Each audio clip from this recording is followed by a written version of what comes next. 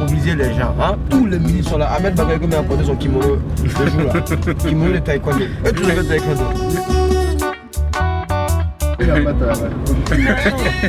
Moi aussi. Côté bizarre. Moi aussi qui va dire côté bizarre. Président.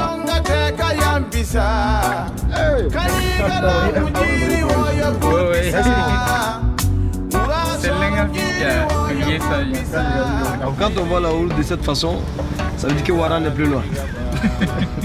Les jeunes de Ouara se sont mobilisés pour venir apporter des pierres, histoire d'arranger la route pour que la machine puisse avoir accès au village.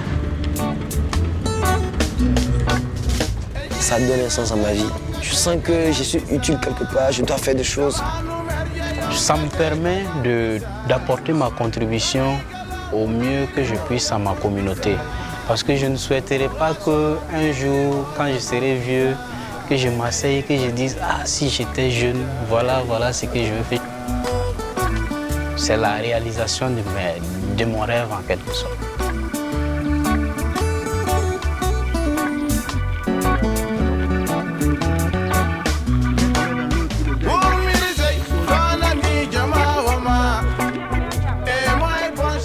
Le problème d'eau est une priorité ici au Burkina Faso et il fallait vraiment s'engager dans ce domaine-là pour pouvoir résoudre ce problème. Parce que si tu n'as pas l'eau, tu ne vas pas parler de démocratie, de bonne gouvernance et tout ça. Le village ne dispose que de 2 forages.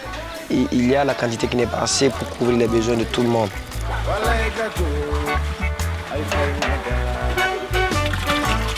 Il y a un problème d'accès à l'eau potable, il y a un problème de distance à parcourir.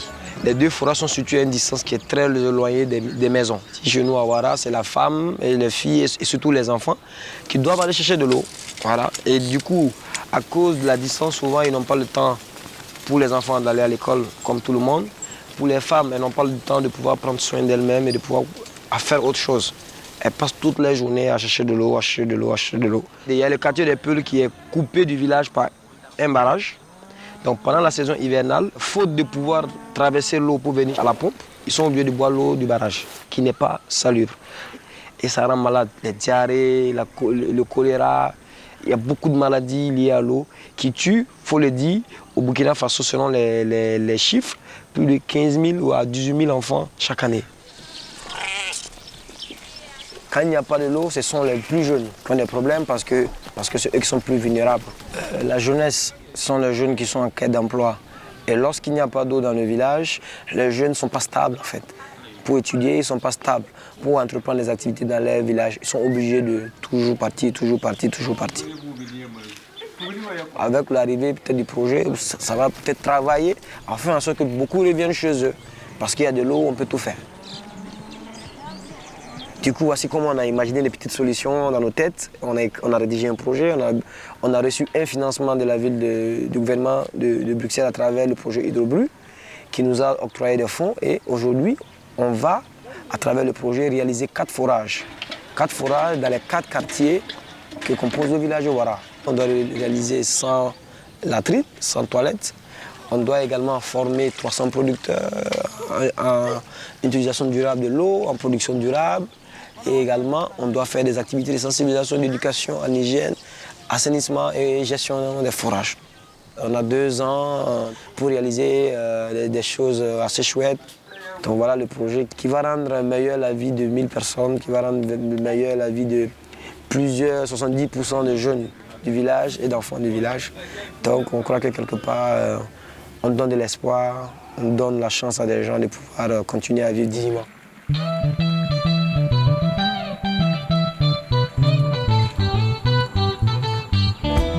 Le projet est porté par une structure que nous avons créée justement à travers notre engagement entre jeunes belges et burkinabés qu'on appelle Young Water Solution.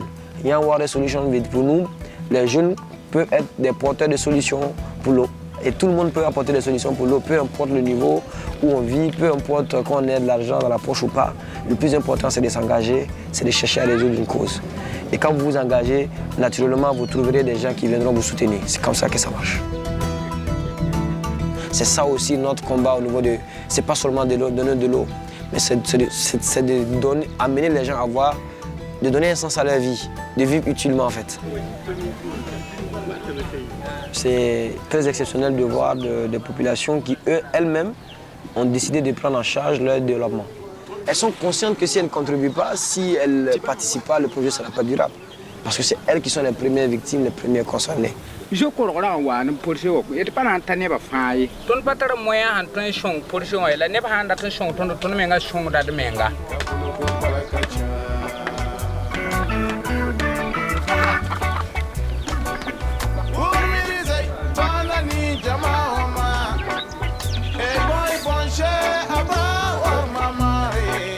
Voilà, c'est mon village. C'est le village de mon papa. Donc c'est mon village.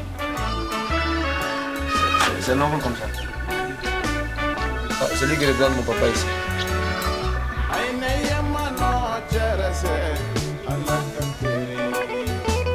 Pour moi, c'est un épanouissement personnel parce que c'est ce que j'aime faire, contribuer au développement national, local, être en relation avec des gens de la même réflexion, agir avec des amis qui pensent la même chose. Ouais. On ne doit même pas demander à quelqu'un de s'engager. Tout le monde, tous les jeunes, quand tu es jeune, tu dois pouvoir t'engager, donner de ton énergie à ta communauté pour que les choses aillent de l'avant. Ils sont plus que des amis parce que nous avons les mêmes visions, les mêmes façons de voir les choses et nous combattons tous pour les mêmes causes. Pour moi, ce projet représente un rêve que j'ai toujours eu, celui de faire en sorte que des gens puissent vivre dignement.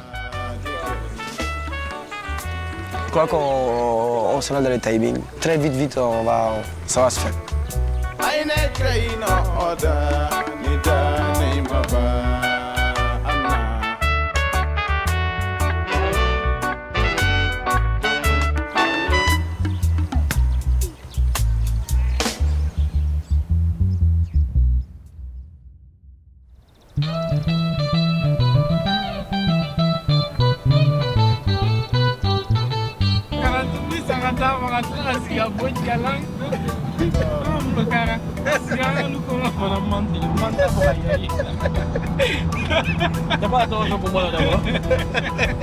Mais imagine-toi, la valeur de l'eau est de 700, enfin de 7 milliards. Ils sont puissants. Ah non, quand même. Ils viennent construire des mines ici, ils vont payer la Côte d'Azur quelque part. On n'a pas besoin de dehors.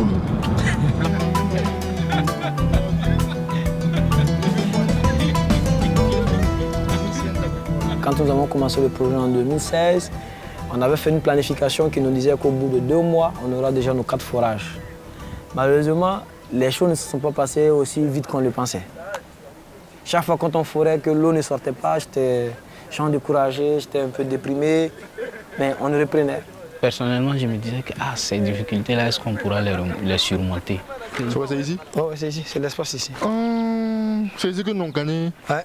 Voilà. Mais il n'y a pas foré du tout. Si. Tout premier forage 2016. Le creuset, je pense, il a fait 95, 15 à 100 mètres. On n'a rien trouvé. Ouais. Donc, le premier forage négatif, ouais, on était tous découragés parce qu'on pensait que c'est une affaire de quelques semaines, quoi. Ouais. On a aussi fait un autre point là-bas. Ça n'a pas marché. Donc, 2 forages négatifs sur le champ, le même jour. Ouais. Donc, on a conclu qu'ici, il n'y a pas d'eau parce que c'est sur une montagne. Il fallait forcément commencer dans le quartier du chef. Voilà. Il faut qu'on commence chez le chef. On a commencé dans le quartier du chef, on n'a pas eu de l'eau, 2 fois. On avait donné 1 mois pour faire les 4 forages. Exactement. Donc, sur une année, on a fait quoi? On a fait 1 forage sur 4. Ouais. Et une troisième entreprise encore qui a repris le marché en décembre 2017, il y a une année. On s'est dit, bon, là, maintenant, si on fore et puis on ne trouve pas, bon. Laisse tomber, quoi. C'est une zone difficile parce qu'ici, on se rapproche du Sahel et du désert. Donc, plus on se rapproche d'ici, plus les profondeurs sont longues. Et si c'est trop profond, on ne va pas arriver à pomper. Ça va être lourd. Ici. Il n'y a pas oasis ici. Il y a ça à main qui pompe. L'un des forages de la dernière chance. C'est le dernier forage même. Ouais, c'est le dernier forage. C'est le dernier. Ouais. C'est lui qui avait le problème là. Ah ouais. C'est ici l'eau, on dirait que c'était pas bon là. Ouais. Ouais. Donc c'est bon maintenant. Ouais, c'est bon maintenant. Ça fait 100 et quelques mètres. Ils l'ont fait de manière traditionnelle. Ils ont soit un bois ou soit une chaîne qui leur permet de chercher de l'eau. Donc c'est ça que la dernière entreprise a utilisé. Elle nous a dit, bon ici, il peut y avoir de l'eau. On dit ok, elle l'a foré. L'eau est sortie. Une eau très noire. On était même tenté, lorsque la première eau est sortie, de fermer ce forage-là et de déclarer un forage qui n'est pas utilisable. Les populations m'appelaient, elles disaient non, même si l'eau n'est pas claire, ça va. Elles préféraient qu'on le laisse comme ça. Non, on dit non. Nous sommes venus vous donner de l'eau de qualité. On n'est pas venu vous donner juste de l'eau.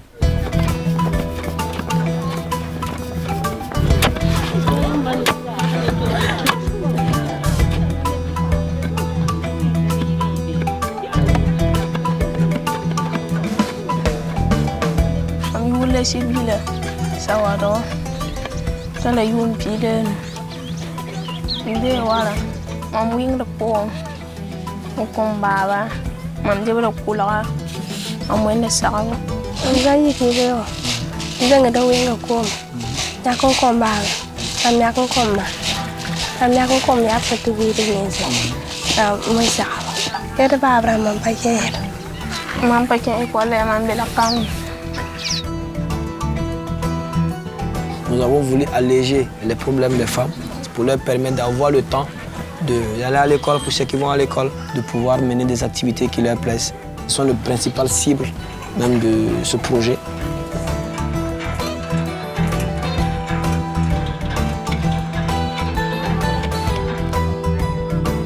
Comment on peut bien yamambala zara me pahanchenge papa am tawro han tukume yada me la wala runa pa nam sotoni. Tane nyakare ko ma pino zara me ya wakani ya bulinka han tukube ya damela ya nam ta yi han ta ira me pasekri parati samenga parati bi nyaka parati so hobi pasekri o se ala la mo ha pa ai ko la wuyo aya ni ton chinimi se ku lo ka sangol bala pam lafiya bala la wala pami bumu nanti de no bala pam di nditin no sa hamba bala sa siri samda ne hampa bigam pogoba rigin wa to nyulgo ribin kuli la mo hambe ira no la bala hanta bala nyulgo ni si bala rigin che wo pa samne de bum yaate.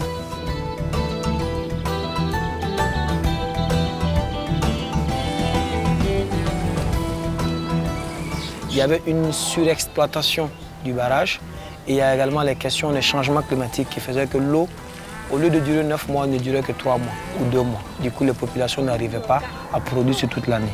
Et nous avons formé autour de 100 à 110 producteurs.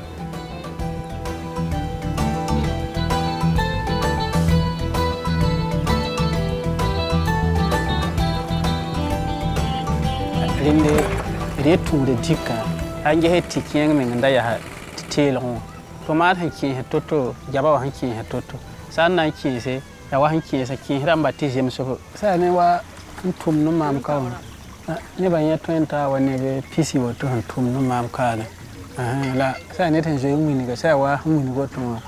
En 2016, on s'était également engagé à réaliser 100 latrines pour lutter contre les maladies liées au manque d'assainissement et d'hygiène.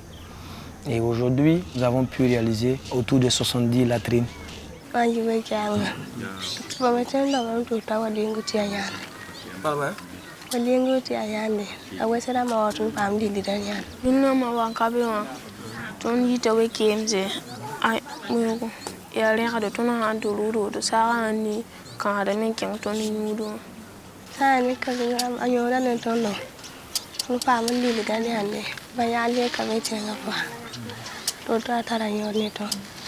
Kabine wawa man wukan binse lampa min tan koy man derle ti boka tu amen derle nan papa min tawala.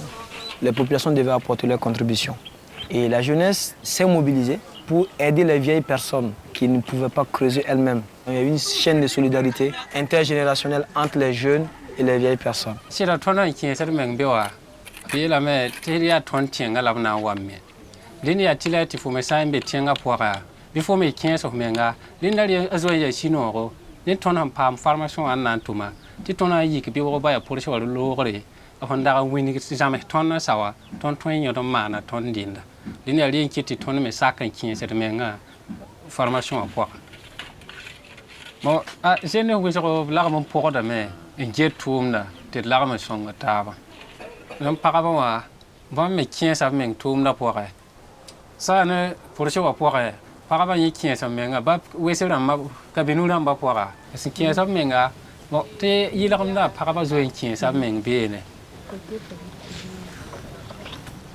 nya me tia ba bebe ton ne ko nyu ndere ni be a fan le ko a fort la ko na ya soma na ya soma bi pa soma ila ne ba fa soma ko la woto di ya soma lila ton hinda sonse ne ka fan pa ko fa ko nda woto di soma eda me ti pisi za sa da gesi combat la yiri ngata te kin san sera di teda anya ko ma me bi pe ko nyu da nin ko to ya fa di soma sa kan tumti ba sa ko lo ro tenga pa mi yini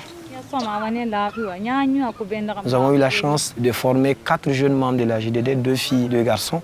À leur tour, ils sont venus former 6 personnes du village de Ouara en hygiène et en assainissement.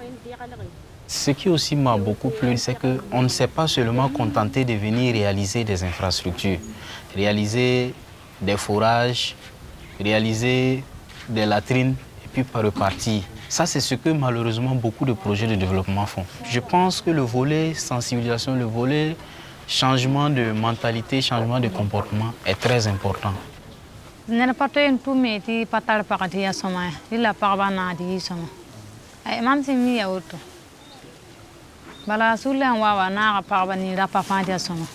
Dans nos villages, la femme, à un moment donné, n'avait pas droit à la parole. La femme s'occupait des petits boulots et l'homme faisait le reste. La deuxième difficulté, c'est la formation.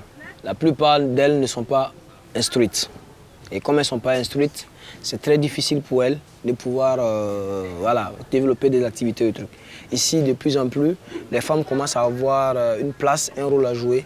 Et ça, c'est tant mieux, mais on peut davantage faire mieux. Avec les forages qui sont là, les jeunes filles, par exemple, peuvent apprendre à tisser les pains, à produire du savon qui demande également de l'eau. Vraiment, c'est un projet qui va permettre de développer des activités. Si on veut un véritable changement durable, il est important que les jeunes femmes aussi également soient impliquées. Et puis naturellement, les femmes, quand elles s'impliquent pour quelque chose, elles s'y donnent effectivement. Elles donnent de toute leur âme, de tout ce qu'elles peuvent pour pouvoir arriver à ce qu'elles veulent faire. Et on a vu l'exemple ici à Ouara. Nous avons sensibilisé les jeunes aussi à promouvoir cette participation citoyenne. Parce que quand on regarde la configuration de la population burkinabé de façon générale, les jeunes représentent plus de 70% de cette population-là. Donc ils sont le présent, ils sont le futur en même temps.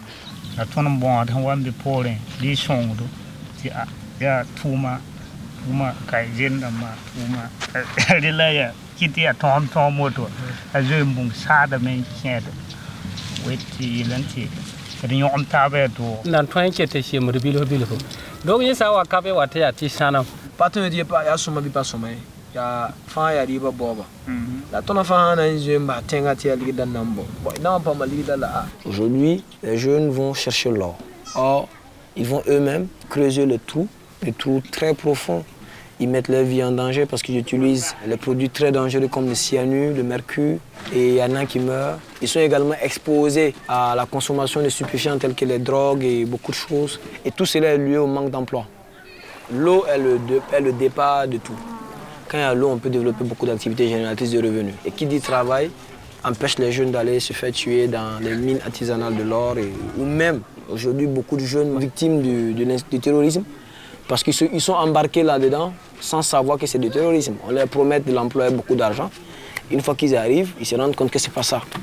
C'est mon cri de cœur. Et souvent, je le dis aux gens, si on veut mettre fin au terrorisme, si on veut mettre fin à l'insécurité que nous vivons, il faut stopper l'enrôlement des jeunes dans les foyers ou dans les groupes qui mènent ces mauvaises activités-là. C'est vraiment un nouveau chantier sur lequel nous voulons travailler.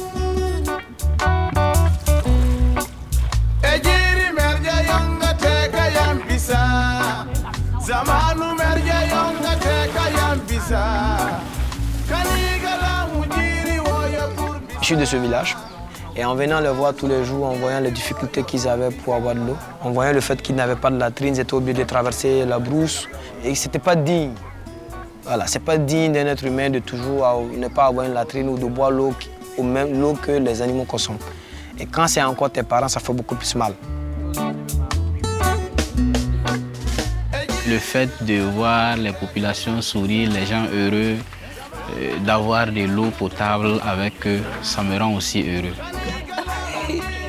C'est la meilleure expérience que j'ai pu avoir parce que non seulement nous sommes des amis, on s'amuse, on rigole, mais en même temps on contribue au développement de la localité à travers les différentes activités que nous avons. Et ça nous aide aussi à renforcer davantage notre amitié. Et au fil du temps, on devient carrément une famille, quoi.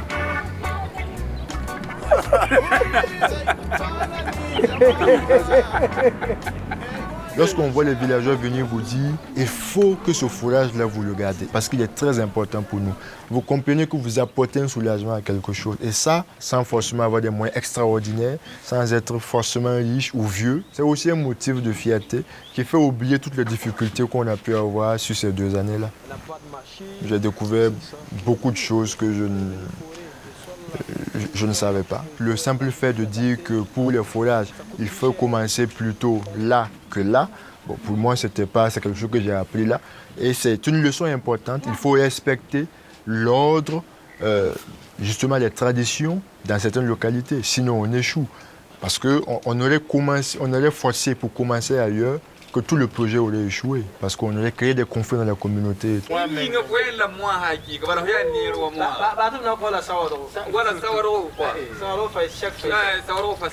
J'ai compris que la relation qu'on crée avec les communautés est souvent plus importante et est un élément essentiel pour la réalisation des différents projets. Quand on pense qu'on connaît tout, qu'on a fait l'école, ou on a affaire à des populations qui sont au village, qui ne savent pas lire et écrire, qu'on va leur apporter des solutions. J'ai appris qu'elles-mêmes, elles avaient souvent des solutions ou des trucs plus importants que nous qui pensions détenir tous les savoirs.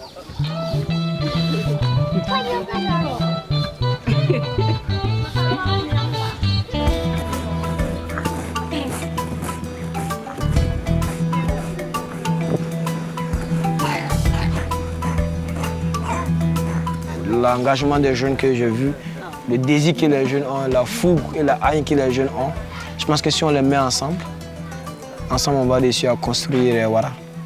Pour qu'il soit le Wara le Wara dont nous rêvons.